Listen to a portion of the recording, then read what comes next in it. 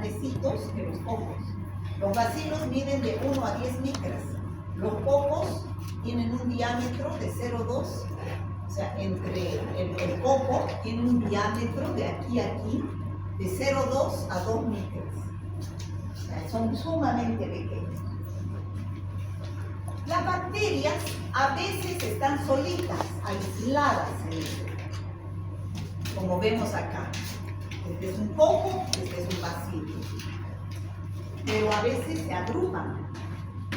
Cuando se agrupan reciben diferentes denominaciones.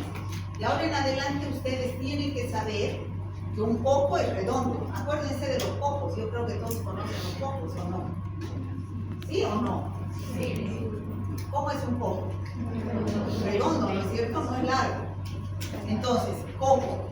Cuando se agrupan de dos en dos se llama diplococo. Cuando se agrupan en racimos son estafilococos. Cuando se agrupan en cadenas, estreptococos. Cuando están en grupos de 8, sarcinas. Cuando están en grupos de 4, tétradas. Lo mismo los bacilos. Pueden estar solos o agruparse. Y cuando no es ni coco ni bacilo, es un coco alargadito, reciben la denominación de coco bacilo. ¿Ya? Entonces, diplococos, tétradas, estreptococos. ¿Está claro esto? ¿Cuándo es estafilococos? Cuando se agrupan en forma de racimos de uva, ¿no? Bueno. Tinción de Gram. Ya les dije, Christian Gram es el que ideó esta tinción para dividir a las bacterias en dos grandes grupos. Gram positivos que se tiñen de color violeta y gram negativos que se tiñen de color rojo. ¿Ya? ¿Por qué se tiñen de color violeta? Por la diferencia, ya dijimos la anterior clase cuando hablamos de pared celular. ¿Por qué se tiñen de color violeta? Porque tienen mayor cantidad de péptidoglicano en su pared celular. 90% de péptidoglicano y un 10% de ácidos esteatoicos. Eso tienen en su guía. El péptidoglicano capta el cristal violeta. En cambio, los gram negativos se tiñen de color rojo. ¿Por qué se tiñen de color rojo? Porque tienen una capa delgadita de péptidoglicano, ¿no es cierto? Y no capta el cristal violeta y es decolorado por el alcohol acetona. Eso lo vamos a ver en práctica. Ahora solo me interesa que hay dos grandes grupos, gram positivos y gram negativos. ¿Y por qué nos interesa clasificar a las bacterias en dos? Para el tratamiento. Hay antibióticos que actúan sobre gram positivos, destruyéndolos, y hay antibióticos que actúan solo sobre gram negativos. Si un paciente está infectado con una bacteria gram positiva, no puedo darle un antibiótico que se usa para gram negativos. No solo por el color, es con fines de tratamiento. Por ejemplo, si el paciente tiene una sepsis con un estafilococo resistente a vancomicina, un coco gram positivo en estafilococo. El estafilococo puedo usar vancomicina, pero si fuera un bacilo gram negativo, una Escherichia coli, no puedo usar vancomicina porque es resistente natural. Los gram negativos a la vancomicina. ¿Me dejo entender, chicos? ¿Por qué ha dividido en esos dos grandes grupos? Bueno, existen también bacterias que no se tiñen por la tinción de gram. O sea, cuando nosotros vayamos a describir a las bacterias, vamos a describir primero las que se tiñen por la tinción de gram. Aquí en su guía ustedes tienen la clasificación de la tinción de gram, que es la próxima clase que vamos a ver la próxima semana. Todas estas bacterias las vamos a estudiar cada clase de teoría, una cada clase. Primero los gram positivos y después los gram negativos. Cuando terminemos de estudiar todas estas bacterias, una por clase, vamos a entrar a estudiar estas, que son las que no se usan en la tinción de gram. Son las micobacterias se utilizan otra tinción llamada tinción de Ziel-Nielsen, que la vamos a ver en el laboratorio. Por ejemplo, si ustedes, doctores, sospechan que su paciente tiene tuberculosis pulmonar, no van a pedir tinción de Gram, porque la tuberculosis es producida por una micobacteria, Mycobacterium tuberculosis, que se tiñen por la tinción de Ziel-Nielsen, son estos bacilos rojos. ¿Ya? Porque su pared no tiene péptido mecánico, su pared tiene un alto contenido de lípidos, que son los ácidos glicólicos. Otras bacterias que no se tiñen por la tinción de Gram son estas, las espiroquetas que les digo, o espirilos también se dice, ¿no? No se tiñen porque su pared es muy delgada, no pueden ser observadas con el microscopio óptico. Y otras que les dije también en la anterior clase, que son las únicas bacterias que no tienen pared celular, que son las del género Mycoplasma. Hasta un caso clínico pusimos, ¿no es cierto? Una neumonía producida por Mycoplasma pneumoniae no puede ser tratada con un beta-lactámico como la penicilina, porque actúa sobre la pared celular. Y esa bacteria no tiene pared celular, y al no tener pared celular tampoco se puede teñir. ¿Estamos, chicos? ¿Hasta ahí? Estos son los últimos temas de la parte de bacteriología antes de entrar a los virus. Bueno, ahí tenemos la coloración de Gram, así vamos a ver las bacterias cuando hagamos la tinción de Gram. Y vamos a ver aquí cómo se nombran las bacterias.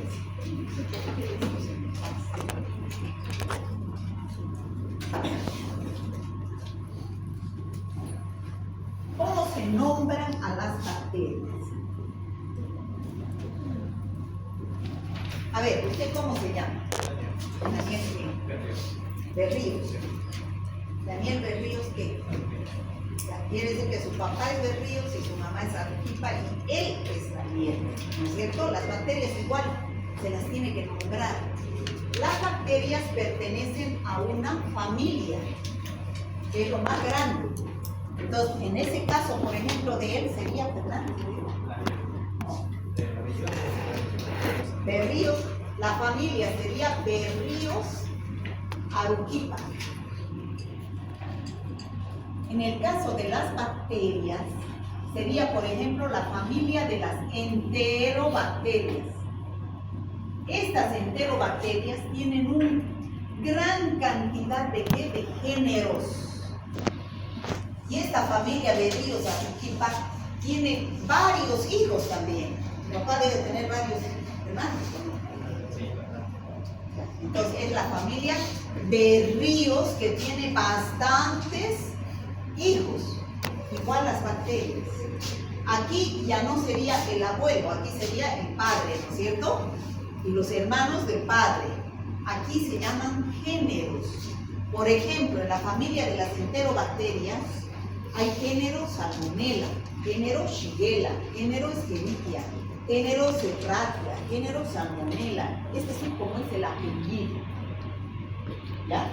Pero género Shigella me dice, no sé si seré Shigella flexneri, Shigella boydii, Shigella dysenteria, Shigella sonei. Hay varias Shigellas, es como si él me dijera Berríos.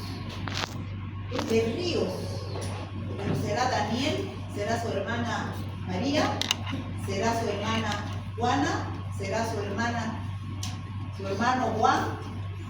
¿Cuál será? Igualito las bacterias tienen especies. Entonces, aquí ya está Daniel Berríos. Específicamente hay Daniel Berríos. Y aquí específicamente, por ejemplo, si el género fuera Shigella, aquí tenemos Shigella flexneri o Shigella boydii, Shigella sonei. Si el género fuera Staphylococcus, aquí la especie sería Staphylococcus aureus, Staphylococcus epidermidis, Staphylococcus saprophyticus. Me dejo entender que las bacterias hay que nombrarlas, hay que saber nombrarlas. Cuando yo les pregunte, por ejemplo, ¿cuál es la bacteria que produce la fiebre tifoidea? Ustedes no me pueden decir salmonela. Salmonela es como decir berríos. ¿Cuál de los berríos? Entonces ustedes me tienen que decir Salmonella typhi, es la que produce la fiebre tifoidea. Género, Salmonella. Especie, typhi. Daniel, especie. Berríos, género. ¿Ya? Es para que me entiendan. ¿Está claro, chicos? No me pueden decir solo el género. Me tienen que decir género y especie. Porque es bacteriología. Tenemos que aprender a conocer y a nombrar a las bacterias. Bueno, vamos a entrar a la fisión binaria transversal. O sea, ¿cómo se dividen las bacterias? O sea, ¿cómo se multiplican las bacterias? Las bacterias son seres vivos. Entonces, necesitan multiplicarse, tener descendencia. ¿Y cómo lo hacen? A través de un proceso que se llama fisión binaria transversal. Fisión. Esta célula madre se va a fisionar en dos.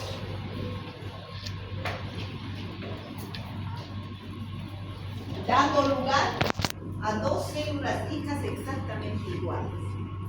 Por eso es binaria, dos. Transversal, transversal. ¿Se entiende? Ese es el proceso de división celular. ¿Y cómo es que la célula empieza a dividirse? Yo lo llamo a multiplicarse, porque de una se vuelven miles. Lo primero, ¿dónde es la parte, la genética de la bacteria? ¿Dónde está, chicos? En el ADN. ¿Y dónde está el ADN? Es el núcleo, es el cromosoma bacteriano. Entonces, esta bacteria madre va a recibir una orden de que tiene que dividirse y entonces el núcleo se multiplica, aumenta de tamaño, se replica, se dice bacteriología. ¿Por qué? Porque tiene que dividirse para dos células. Después de que ya hay núcleo suficiente para ambas, que es la parte más importante de la bacteria, empieza la bacteria a invaginarse, a dividirse. La membrana citoplasmática forma estas estructuras que se llaman mesosomas. ¿Qué son los mesosomas? Invaginaciones de la membrana citoplasmática dentro del citoplasma. Luego empieza a formarse pared celular para cada una de las bacterias hijas y después se liberan, dando lugar a dos células hijas exactamente iguales. ¿Se ha entendido? ¿Cada cuánto tiempo una célula madre va a dar lugar a dos células hijas? Cada 20 minutos. Es como decir, ¿cada cuánto tiempo una madre da lugar a un hijo? Cada 9 meses, ¿cierto? 9 meses tarda. Esto cada 20 minutos. La mayoría de las bacterias, hay otras que tardan más, pero la mayoría es cada 20 minutos hay una nueva generación de bacterias. Entonces, esta célula madre va a dar lugar a dos células hijas, estas dos células hijas a otras dos y así en progresión geométrica, ¿no? Van aumentando las bacterias. Ahora, ¿de qué depende este crecimiento bacteriano? A ver, chicos, las bacterias hemos dicho que son seres vivos, ¿no es cierto? Esos seres vivos se multiplican por fisión binaria. ¿Qué necesitan para multiplicarse? De condiciones físico-químicas. Uno, temperatura. A ver, ¿dónde ¿Dónde se multiplican? Pueden ser in vivo o puede ser in vitro. ¿Saben la diferencia de estos dos? In vivo es dentro de nuestro organismo, humano o animal. In vitro, ¿dónde es? En las placas Petri. En el laboratorio, en una caja Petri o en un tubo que tenga medio de cultivo. En ambos se pueden multiplicar las bacterias, pero hay que darle las condiciones. ¿Ya? In vivo, por ejemplo, temperatura. La temperatura tiene que ser 36 a 37 grados centígrados. ¿Hay en nuestro organismo? ¿Esa es la temperatura de nuestro organismo? Sí, ¿no es cierto? Ahora, in vitro la vamos a poner en una estufa de cultivo en el laboratorio que dé 37 grados centígrados, ¿no? Entonces ahí está feliz la bacteria produciendo esta acción binaria. ¿Qué más? pH. pH de 7,2 a 7,4. ¿En nuestro organismo habrá ese pH? Sí, por eso las bacterias se multiplican. En el laboratorio también ponemos en los medios de cultivo ese pH. Nutrientes, necesita la bacteria nutrientes. ¿En nuestro organismo tendremos nutrientes para las bacterias? Sí, tienen vitaminas, minerales, tienen todas las bacterias. Y en el laboratorio, estos medios de cultivo, Dios me haga caer. En el laboratorio, estos medios de cultivo tienen vitaminas, minerales, nutrientes para que crezcan las bacterias. Y hay medios de cultivo sólidos, así como estamos viendo, se llaman agares. Y hay medios de cultivo líquidos que se llaman caldos. En ambos las bacterias crecen. Pero ¿dónde podemos ver mejor el crecimiento de las bacterias? En los medios sólidos. Porque vemos las colonias, se llaman estas, colonias de bacterias. Cada una de estas colonias tiene millones de microorganismos, ¿ya? De bacterias. En cambio, aquí en los medios líquidos, ¿cómo podemos ver las bacterias? No podemos ver colonias. Sabemos que hay un crecimiento de bacterias porque el medio se enturbia, se vuelve turbio. Pero que es clarito, un medio estéril, si hay crecimiento bacteriano, se vuelve turbio. ¿Está claro? ¿Qué utilizamos más en el laboratorio para que crezcan las bacterias? Los medios sólidos. ¿Ya? Esos son los caldos. Y estos son los agares. Hay agar sangre, agar chocolate, agar maconque. Hay todos esos medios donde crecen las diferentes bacterias. Entonces, un medio de cultivo es un conjunto de nutrientes que las bacterias necesitan para su desarrollo y multiplicación en el laboratorio con el objetivo de aislarlas e identificar las especies de las bacterias.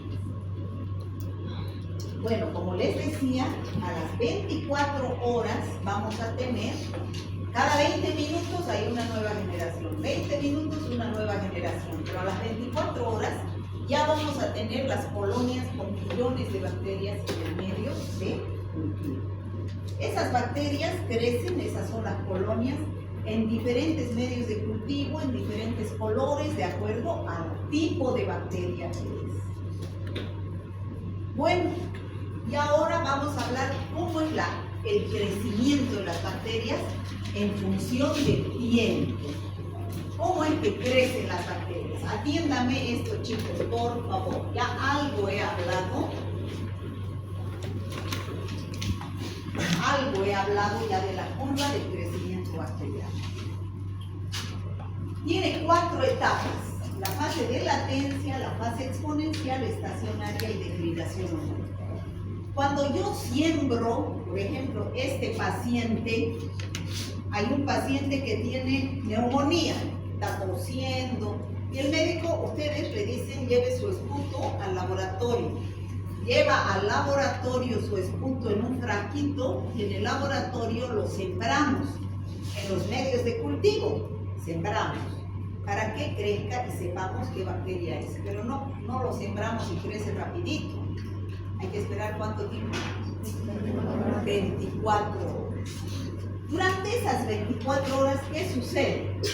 Las primeras 3 horas no crece la bacteria, no sucede esto de la división. La bacteria se hincha, se prepara para la división, se prepara, o sea, se vuelve, se aumenta su metabolismo para recién después de 3 horas empezar el proceso de división bacteriana. Es decir, esta célula madre, 2 células hijas, esta otras 2 y así sucesivamente hasta que a las 24 horas haya un cultivo con millones de bacterias en las colonias. A esa fase se llama fase exponencial o logarítmica, dicen otros libros. Es el máximo desarrollo bacteriano. Por eso que a las 24 horas nosotros ya vemos bacterias. Después de las 24 horas, el material nutritivo del medio de cultivo se agota. Ya no tiene esa bacteria para poder seguirse dividiendo para la división. Y también empiezan a morirse las bacterias. Entonces hay una fase estacionaria. Ya no hay división de bacterias, ya no hay este proceso de división binaria y más bien empiezan a morir hasta que quedan, después de 48 a 72 horas, ya no se divide la bacteria. Empiezan a morirse, por eso se llama la fase de declinación o muerte, porque se agotaron los nutrientes y no hay cómo la bacteria siga haciendo este proceso de división bacteriana. Esa es la curva del crecimiento bacteriano, que está en 24 a 48 horas, lo explica la concentración de bacterias. En 4 etapas. ¿Está claro, chicos? ¿Sí? Bueno.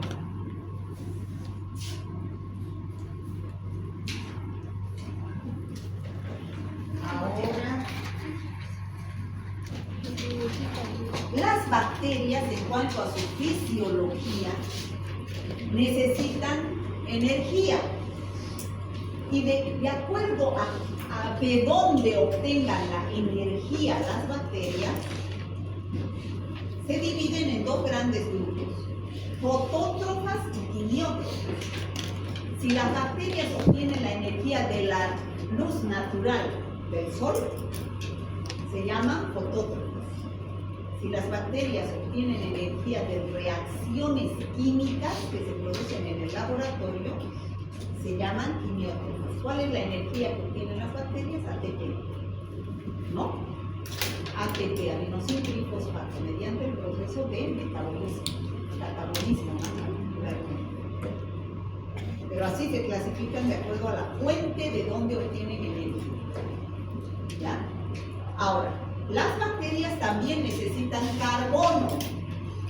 ¿Y de dónde obtienen el carbono? De los compuestos orgánicos y de los compuestos inorgánicos. Si obtienen de los compuestos inorgánicos, se llaman autótrofas. Y si el carbono lo obtienen de los compuestos orgánicos, se llaman heterótrofas. ¿Está claro? ¿Sí? ¿Sí o no? Fuente de energía, autótrofos, quimiótrofas y fotótrofas. Fuente de carbono, autótrofas y heterótrofas. Si el carbono lo obtienen de fuentes inorgánicas como el agua, el dióxido de carbono, entonces es autótrofa. Si lo obtiene de sustancias orgánicas, se llaman heterótrofas. Ahora, también las bacterias se clasifican, y esto es importantísimo, si necesitan o no necesitan oxígeno para crecer. La mayoría de las bacterias necesitan oxígeno. Se llaman aerobias, las que necesitan oxígeno, aerobias. Pero hay bacterias que no necesitan, por ejemplo, el micobacterium tuberculosis es una bacteria aerobia, y crece en los pulmones, hay gran cantidad de oxígeno. Pero hay otras bacterias que son anaerobias. ¿Qué significa anaerobia? El oxígeno más bien las mata. Por ejemplo, las bacterias que producen la gangrena. ¿Saben lo que es la gangrena? Necrosis de los tejidos, destrucción.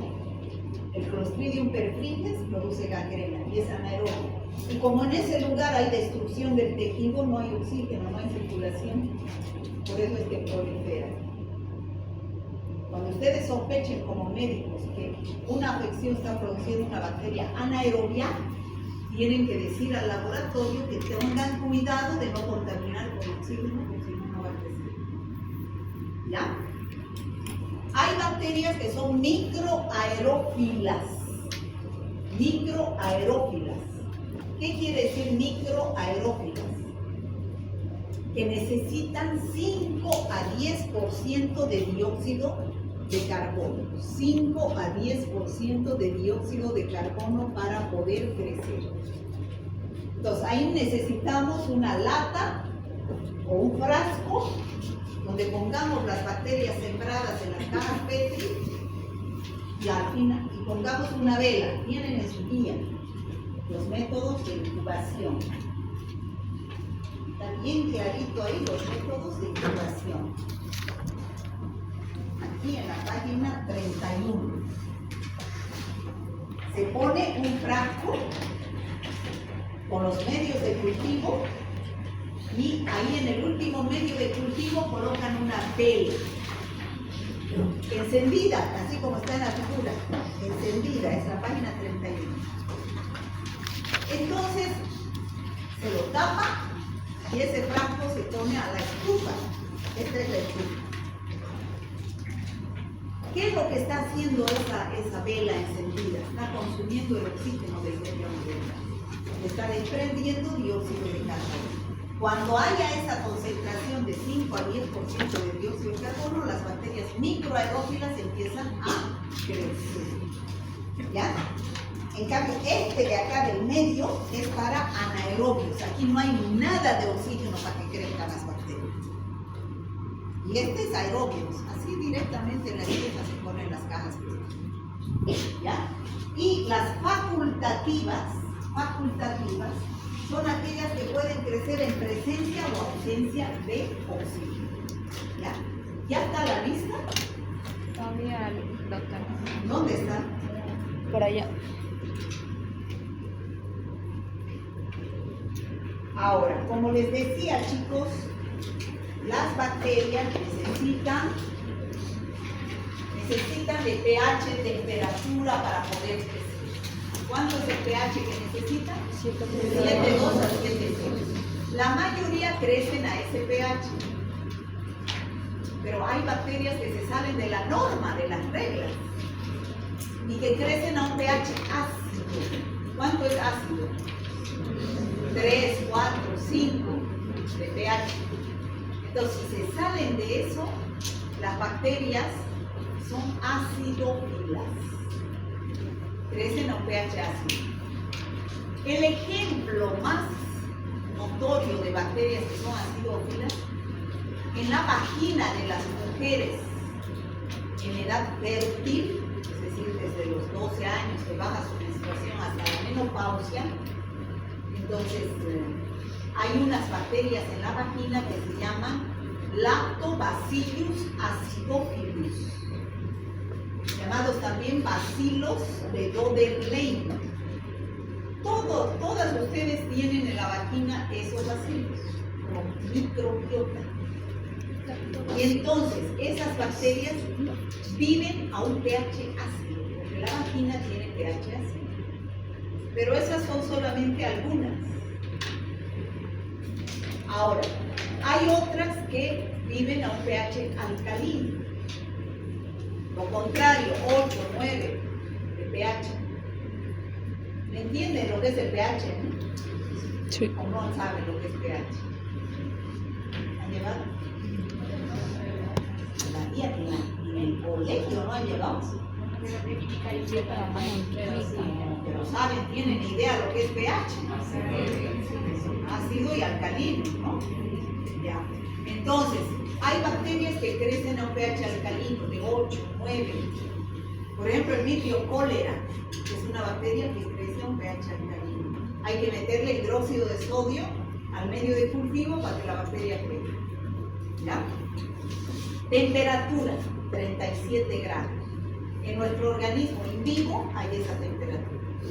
En el laboratorio tenemos que poner una estufa de cultivo de 37 grados. Pero hay bacterias también que se salen a la norma, que crecen a menos de 20 grados. Hay bacterias que crecen en la heladera. Se llaman psicrófilas. Y también hay bacterias que crecen a altas temperaturas, como los 55 a 80 grados centígrados. Se llaman bacterias termófilas. En los volcanes también, ¿no? Hay bacterias termófilas. Pero la mayoría son bacterias mesófilas. Es decir, que crecen a temperatura de 20 a 45. Entonces, las que nos producen enfermedades, ¿qué son? Mesófilas. Y las que no son parte de nuestra microbiota, ¿qué son? Mesófilas. ¿Qué son nuestra microbiota? Viven con nosotros. Son nuestros inquilinos. ¿Qué son? Son mesófilas. Mesófilas. Muy bien. La presión osmótica es otro factor importante para el crecimiento de las bacterias. Debe existir donde están las bacterias un contenido de sales de 0 a 1 a 1%, nada más. Pero también hay bacterias que viven a grandes concentraciones de sales. Se llaman halófilas, sedientas de sal. Por ejemplo, en los océanos, en agua de mar, es salada. No quiere decir que no haya bacterias porque tiene mucha sal.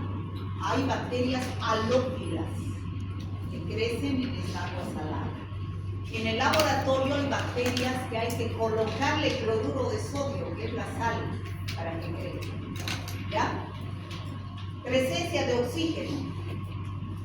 Ya hemos dicho aerobias en presencia de oxígeno, anaerobias sin presencia de oxígeno, microaerófilas 5 a 10% de dióxido de carbono y facultativas, quiere decir que pueden crecer en presencia o ausencia de oxígeno. Hay chicos, me he sentado porque me he cansado, todo el día he estado pasando clases y me encuentro, yo nunca me pongo tanto, estoy de tanto, me cansé, me duele. ¿Está claro, chicos? Sí. ¿Qué es esto? Campaña de química. ¿Acaso no han cerrado las campañas de siguen haciendo metabolismo bacteriano? Las bacterias necesitan energía para poder vivir, crecer y reproducir. Eso es el metabolismo, el conjunto de reacciones que se producen dentro de la bacteria para que pueda vivir. Entonces, ¿qué es ese metabolismo? Necesitan energía y necesitan nutrientes. Entonces, ¿cómo se produce esa energía? Mediante el catabolismo. ¿Y cómo se producen los nutrientes que necesita la bacteria? Mediante el anabolismo. O sea que el metabolismo tiene reacciones anabólicas de síntesis y reacciones catabólicas para producir energía. ¿Ya? Esos son los dos tipos de reacciones que implica el metabolismo de las bacterias. Igual que el ser humano tiene metabolismo, las bacterias también. Es el anabolismo y el catabolismo. El catabolismo es destrucción de moléculas grandes para dar energía en forma de ATP. Y el anabolismo es síntesis, lo contrario, formación de sustancias que necesita la bacteria. ¿Ya? Entonces, al finalizar, ¿qué se produce? ATP. Y en el anabolismo se produce síntesis de las sustancias. ¿Ya? el objetivo del anabolismo es la síntesis de materiales constitutivos de la célula bacteriana que utiliza la energía que se ha almacenado durante el catabolismo en forma de ATP. ¿Para qué? Para sintetizar lo que ella necesita, su polisacárido para su cápsula, las toxinas, las exoenzimas, las vitaminas que necesita la bacteria. La obtiene mediante el anabolismo. Bueno, eso sería el segundo tema. Vamos a repasar. ¿Qué morfología adoptan las bacterias, chicos? Cocos, bacilo y espirilo. Cocos, bacilos Y espirilo. ¿Qué microorganismos se agrupan en cadenas?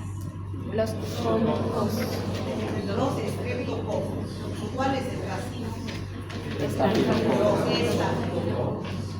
¿Y cuál es la forma en que se reproducen las bacterias? fisión binaria Fisión transversal. binaria transversal.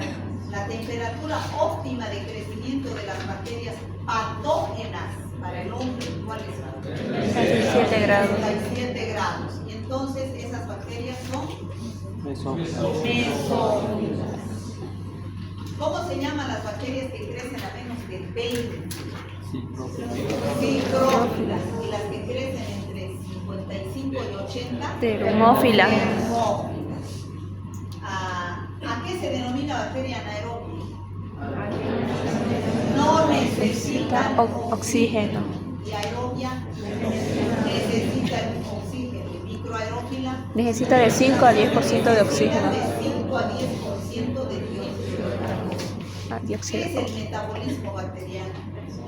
Reacciones químicas que se producen en el interior de la bacteria para obtener energía o sintetizar sus nutrientes. ¿Y a qué se llama catabolismo? A destrucción. la destrucción de sustancias grandes para sintetizar ATP, que es la energía de la bacteria. Y el anabolismo, la síntesis de las sustancias que necesita la bacteria. Bueno, ahí terminamos con ese resumen.